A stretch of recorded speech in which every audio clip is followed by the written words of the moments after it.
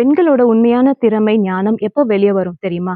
நெறைய பேர் நெனைக்கிறாங்க, பெண்கள் பிஸியா இருந்தா எல்லா வேலையும் செய்துட்டு, நெறைய பிளான் செஞ்சு, ஓவர் திங்க் பண்ணி போராடினா தான் அவங்க திறமைசாலி, இல்ல ஞானம் உள்ளவங்க அப்படின்னு.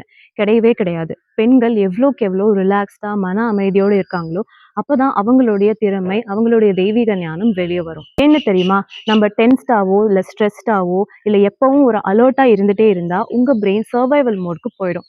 சர்வைவல் மோட்ல நம்ம மூச்சு ரொம்ப கம்மியாகிடும். மசில்ஸ்லாம் டைட் ஆகிடும்.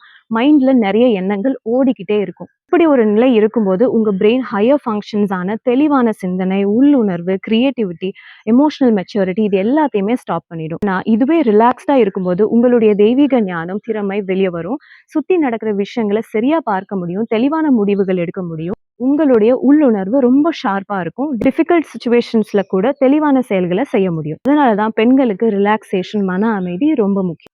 உணர்ச்சி தூய்மை மற்றும் மன அமைதி பெறும் வழிகள் பற்றி தெரிஞ்சுக்க என்னோட பேஜ ஃபாலோ பண்ணுங்க.